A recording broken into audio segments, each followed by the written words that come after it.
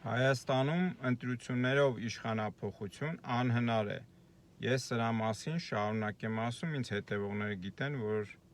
այս մտքերը նոր չեն եւ տարիներ շարունակ ասում եմ։ Սա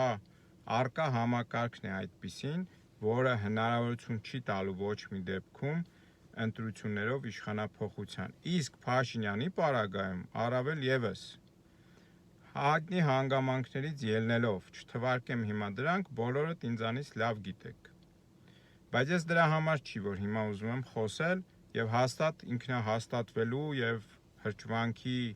տեղիք չէ սա, որ ասել տեսակ չստացվեց, քանի որ ընդդիմադիր դաշտը պնդում էր, որ պետք է գնալ ընտրությունների։ Ես ինքս համաձայնվել եմ, ասել եմ լավ, եթե դա դիտարկում եք քաղաքական կարևոր process եւ մասնակցությունը կարևորում եք, ինչին դեմ չեմ ի սկզբանե, այո, փորձեք, բայց Փաշինյանը իշխանափոխություն չի թույլ տալու ընտրությունների միջոցով, այսինքն մինչև 100,000-ներով մարդիկ կազմակերպված փողոցում չլնեն եւ պահանջեն Փաշինյանի հեռացում, նա չի գնալու։ Եվ հետևաբար, հաշվի առնելով սա, Փաշինյանի օրակարգը հաջորդիվ ինքը արդեն քարտերը բաց խաղում է։ Փոխելու է սահմանադրությունը, փոխելու է հայկական ազգային պետականության, պատմության հետ կապված ցանկացած սիմվոլ, կլինի գերբ, կլինի ինչ-որ խորհրդանիշ, Արարատի մասով արդեն գիտեք, կնիքի վրայից դուրս է եկել անձնագրի։ Հանձնելու է տարածքներ, ասել է, իր բերանով ասել է, որոնք համարում է ադրբեջանական։ Տալու է միջանցքը, որի վերաբերյալ թուղթ է ստորագրել ամերիկացի քավոր են կանգնել։ Այս ամբողջ փաթեթը ոչ թե Հայաստանի զարգացման, բարգավաճման մասին է, ինչպես նա է ներկայացնում, այլ Հայաստանը թուրքական ազդեցության տակ տանելու մասին է։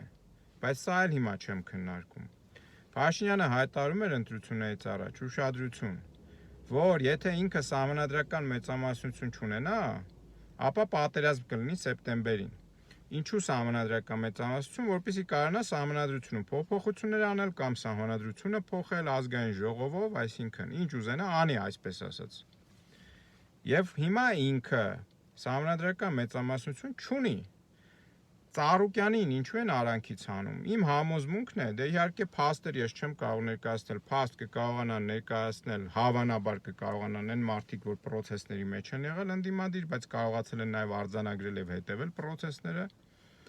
որ Ծառուկյանը սկզբից 4% ցույց տվեցին, հետո ցածր դարավ, Ծառուկյանը չի անցնում ազգային ժողով, Բարգավաճ Հայաստանի մասին է խոսքը,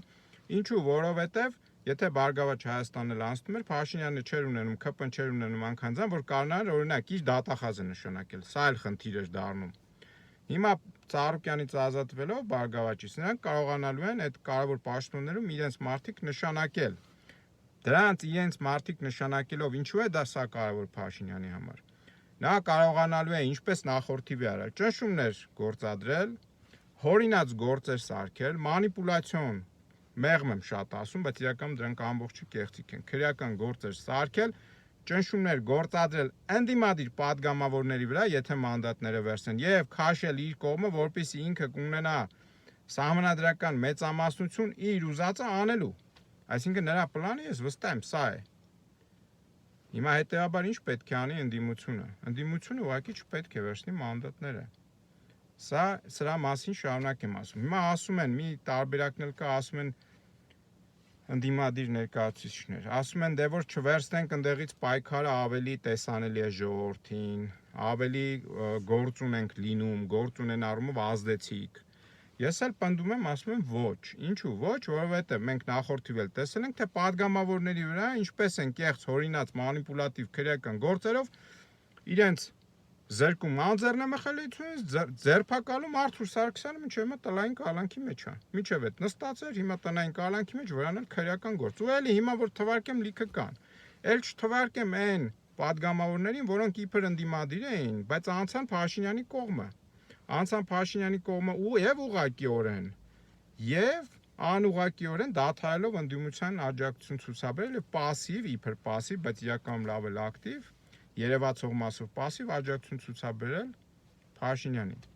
Հիմա այս պայմաններում, այսինքն Փաշինյանը, եթե ազգային ժողովում ընդդիմադիրները հայտնվում են, ինքն էլ իր դատախազին է նշանակում էլի իր այլ պաշտոնները միրգ համակատարներին է նշանակում, իրապահ համակարգի մասին է խոսքը։ Ապա նա կրկին շարունակելու է ռեպրեսիվ մեթոդներով այնպես անել, որ այդ մարդիկ սկսեն ծառայել իրեն։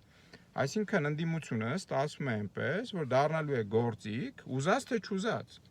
Փաշինյանի ձեռքում իր այս նշածս օրակարգը թուրքականության շահեր սպասարկող առաջ տանել։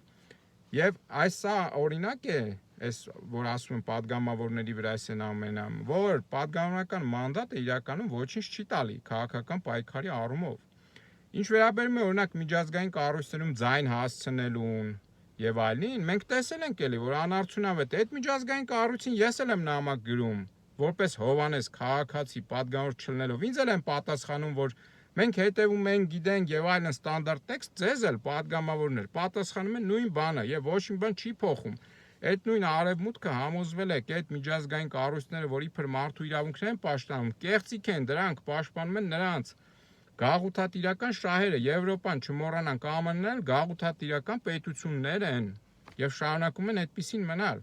Իսկ Փաշինյանը ծառայում է նրանց, դրա համար են նրանք ամեն գնով էլի աջակցելու են Փաշինյանին, այսինքն նույնիսկ այդ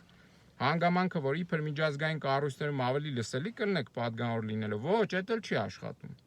Բա հետեւաբար մանդատ չվերցնելով ինչ անել, շարունակել մնալ ժողովրդի հետ, շարունակել այցերը համայնքներ, ինչը որ անում եք, շարունակել շփվել մարդկանց հետ,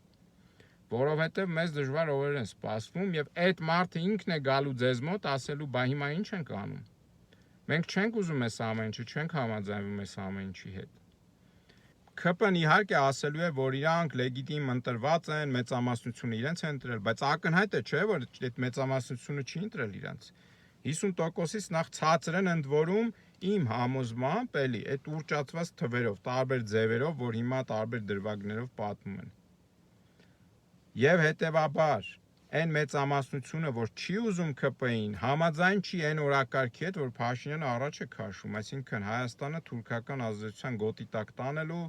մեր տարածքները միջանցքներ զիջելու, նույնիսկ ադրբեջանական մամուլը եւ այդ այսպես ասած իբր անկախ դենդե անկախ մարդ չկա։ Խոսացողները ասում են, որ սա ընտրություններ են, սրանք մեր ցանկություն ասած իրենց քաղաքական պարտադրանքները կատարելու եւ իրենք հրճված ուրախացած են այս ամենով։ Եվ բայց էլի սա չի հարցը։ Հարցը նա է, որ ամբողջ հարցը նա է, որ ընդդիմադիր ուժերը շարունակեն լինել ժողովրդի հետ, ժողովրդի կողքին եւ իրենց համակարգեն, կազմակերպեն, որպիսի հաջորդիվ դժվար օրերին կարողանանք քաղաքական պայքարը ճիշտ ուղու վրա դնել։ Կրկնում եմ, գնալով ազգային ժողով, դուք ձեզ թիրախ եք դարձնելու, դուք ձեզ գործիք եք դարձնելու։ Ազգային ժողովում չլինելով, դուք հնարավորությունից զրկելու եք Փաշինյանին սահմանադրական մեծամասնություն ունենալու։ Այս է ամբողջ խնդիրը։ Լավ եղեք, լավ բոլորիդ։